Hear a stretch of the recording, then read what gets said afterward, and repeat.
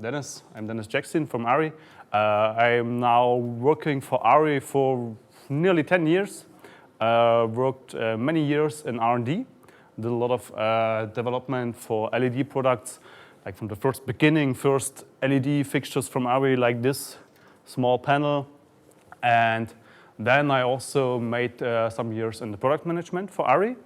And now I do a lot of these things, workshops, presentations for film schools, for dealers, and yes, also for gaffers, DOPs, all these kind of people. Today now we have a presentation which is a beginner's presentation, mainly light technology. And after this, I think it's around 11:45, am I right? Let me have a look. Yes, 11:45. Then we have a hands-on part.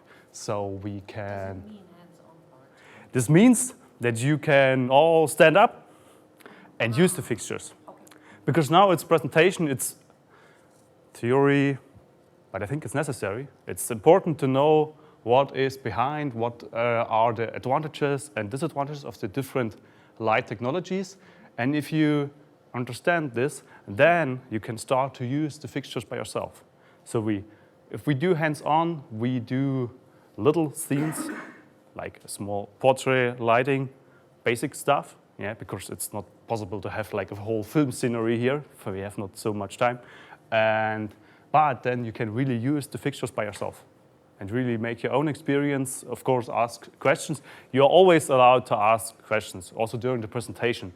I think it's important that if you think, oh, now I'm too fast, and or maybe you want to know something more in depth, then just ask. Yeah, raise your hand, ask the question, and I will try to answer.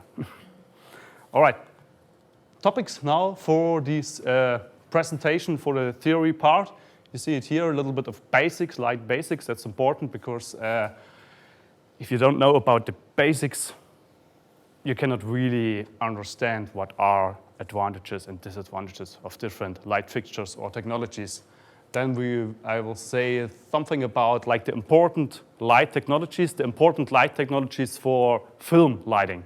As you see, tungsten, HMI, fluorescent. Fluorescent is an important technology, but it's a little bit light gray here because, like, two reasons. The first is we have to say that the LED is slowly taking this market of fluorescent. So fluorescent gets less and less important. LED is now really taking this part of the market. The second reason is we have fluorescent lights, but it's not the core. The core of ARRI is HMI, LED, these units, and also tungsten. Yeah. And that's why I want to focus on these three technologies, because we have not so much time. But if you have any questions to fluorescent, I'm also able to answer these. And then we have the fixtures. We have nearly all fixtures here, like the different types of fixtures. And as I said, afterwards, we have the hands-on part. So first, and maybe most important questions, why do we need light for film and television? Especially now with the modern cameras that we have, like the ARRI Alexa, ARRI Amira. These cameras are so sensitive to light. You can take the camera, walk outside, nighttime, and just shoot. If you have a little light from a full moon or from a street lamp, these cameras are able to shoot. They will see enough and you will get a good picture. But also, these cameras are so sensitive, we still need light. And ARRI doesn't sell less light since we introduced Alexa. No, we still sell lights every year, hopefully more and more every year. Why is that? Why do we need light for film and TV productions? Just a guess? To guarantee all the time a proper image. Yes, sure. There are three, for me it's like three main reasons why we need light. And painting, painting with light. Absolutely, yeah. Painting with light, it's like usually I say it's like these three main reasons. It's first, as you said, to get a proper picture. And the proper picture is not only about that we get enough light, because usually, as I said, the cameras are so sensitive, mostly they have enough light. But this is a picture of a very, it's now a couple of years ago that I made these, it was a short film I made. And I like this picture because it shows all these three main aspects. And what we see here, this part, we call it, it's like it's burned out. It's too bright. So the camera was not able to get any details here because there was too much light. And here, this part, for example, that's the other side, too dark. Yeah. So this means the whole contrast, the whole dynamic of this picture was too big. The camera was not able to record this. And so the first reason why we need light is not only to get enough light, is to like make the picture a little bit equal. Yeah? We need more light here, and so we can adjust the camera so we also have details here. Yes? This is important to even out the contrast of the picture. This is still important. It doesn't matter how sensitive the camera is. If there are too big contrasts in the picture, we need artificial light. We need the tools that we offer to have all the details that we need. Of course, you can also live with something like this, but usually if you record, you try to get every detail. You won't like to record like this because here are no details at all. If you want to have a look like this, you can still do it in the post-production. The second thing what we can do with light is we can focus. We can use it to highlight certain parts of the picture. Like here, the face of this girl, or like here in the background, this seems to be important for this scene, for this little short film. And other parts we can just, yeah, let them be dark. They are not so important. So to focus the eye. And the third very important thing is to create a mood for the picture. This is also, light is a very, very strong tool to create mood in our picture.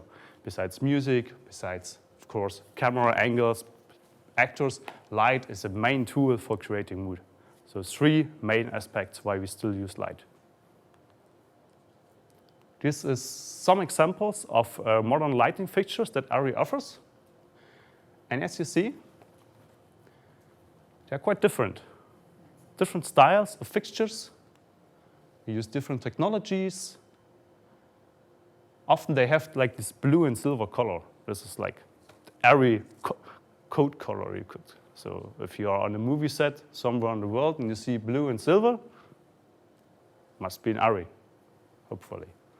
And all of these, this is only a small part of the lighting world. There are many, many more fixtures and different types, only a small part. All these type of fixtures are needed. There are people who buy these fixtures, who use these fixtures, and in my opinion, the film lighting world is like the most complex. So many different fixtures, so many different technologies, different power classes. It goes up to 24 kilowatts that we use for lighting fixtures. And this is because we have so many different themes if we talk about film lighting. Yeah? We can light a whole airport or a station. So we need big lights. Or we have to light in an elevator or a car. So we need very small lights. And so this market is really, really big. There are so many fixtures in the market, and it's hard to have an overview of all this. So I will try to help you a little bit. And there are two ways that you could use to get a little bit organized in this market. The first is you can separate the fixtures or divide them by the technology that is used. There are four main technologies, as I said: tungsten, daylight, we call it mostly HMI daylight, fluorescent LED. The other way is to look what type of fixture do we have. There are many, many different types of fixtures, but there are 4 like main types that are used on every film set around the world. Open face fixtures, for now, PAR units, and soft lights. So I will also tell you something about the advantages and disadvantages of these type of fixtures. But first, before we start, we have to talk about the basics. Basics of light, the theory of light. What is light? Light is nothing else but radiation. A very, very small part of radiation. It's nothing different than heat or UV or X-rays, right? It's also radiation. The different thing about light is that this is radiation that we can see. So this small part, the human eye is possible to recognize, and this is what we call light. The spectrum, you know it from the rainbow, or if you use a prism, light spectrum. And just if you go below the part that we can see with our eye, like here we have UV radiation. This is what gets us nice brown skin in the sun. And above the red light, we have then IR, infrared heat. Every light source, can be the sun, can be a candle, or here, these examples, tungsten.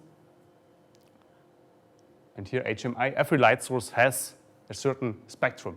So every light source consists of certain parts of color. And this spectrum defines what color the light has and also what color quality we have. This is a very, very important topic, color quality, especially if you want to use LED. I mean, many people now want to use LED. There are many, many reasons why it's really interesting to use and to work with LEDs, but color quality is very, very important if you work with LEDs. Otherwise, you will have not the results that you expected. You will have not a good picture quality. Color temperature, I don't know if you know color temperature. I think it can very quickly, it's like different styles of white light. Tungsten is a white light with low color quality, low color temperature. And if we look outside, the sky or the sun, they have a higher color temperature. I think that's quite basic, so we don't have to talk about this too much. Color space. This type of color space, it's like the basic color space like everyone uses that works with color. It's not only for light, it's for everyone that deals with color. If you works in the textile industry or printing industry, everyone has to know about these color space. And in the middle of this color space, we once again have the color temperatures. It's just important to know that that's the color space. All the colors that we know are inside this space. Saturated colors are here on the outside. And if we go to the center, there's white, different types of white. And here we see all color temperatures, tungsten. And around here, it's like daylight, the bluish daylight color temperature. This is important to know because I have some slides that refer to this color space. Of course, it's possible to change the color temperature of any light source. If you have a tungsten unit like this one, ARRI T1, like a very well-known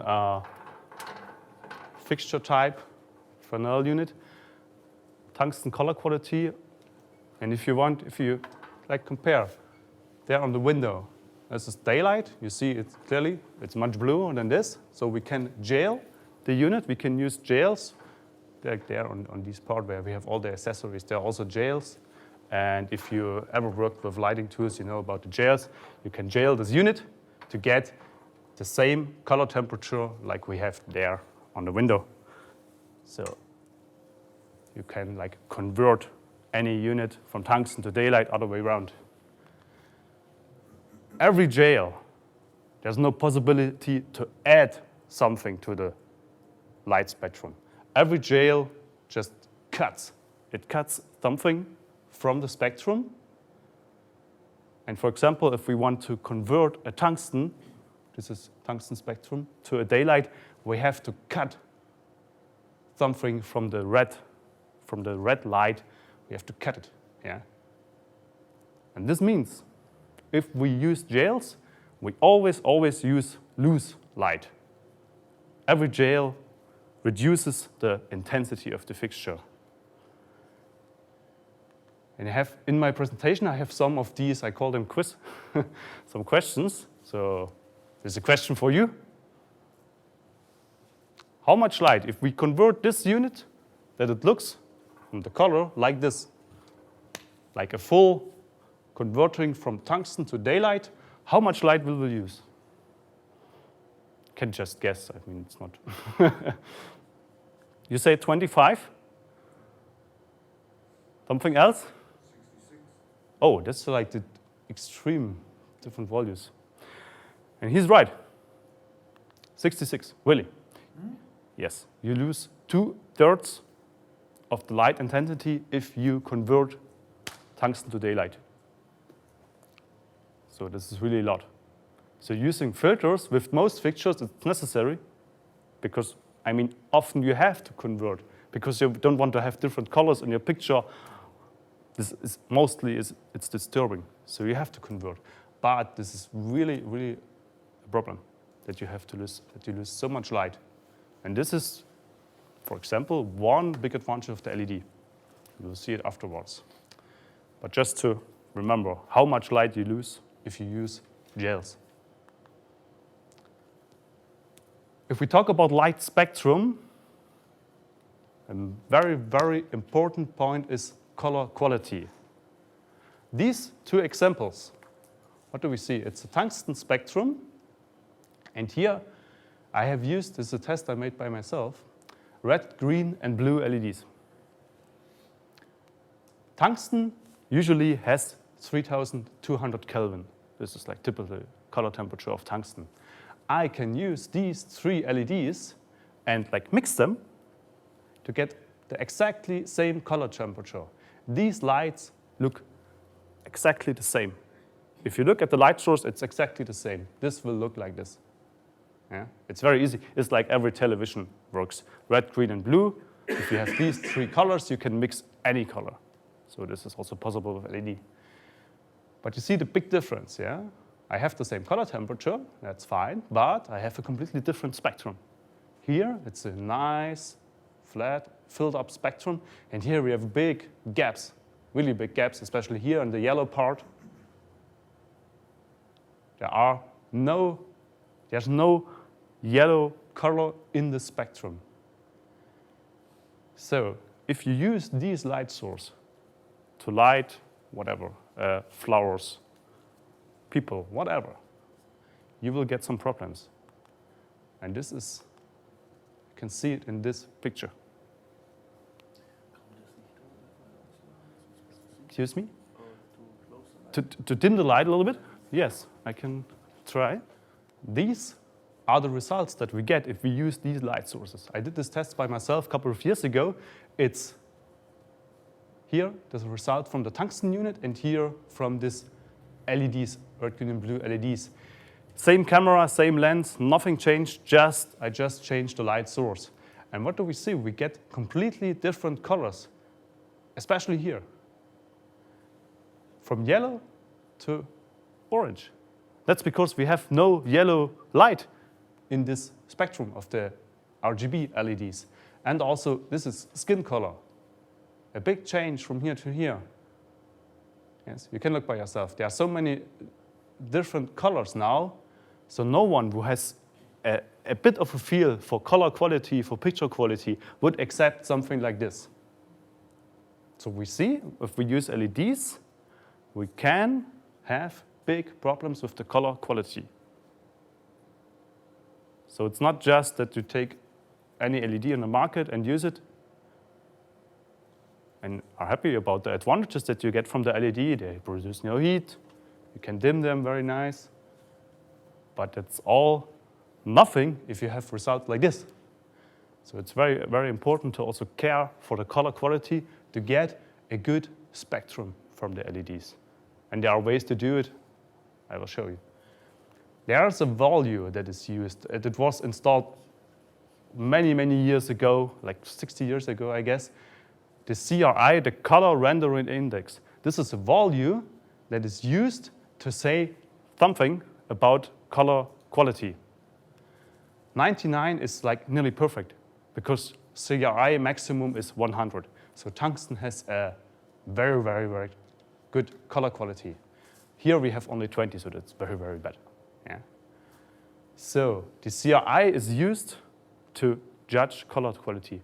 I don't want to tell too much now about CRI because in the afternoon we have a second presentation which goes in depth for these things, judging color quality.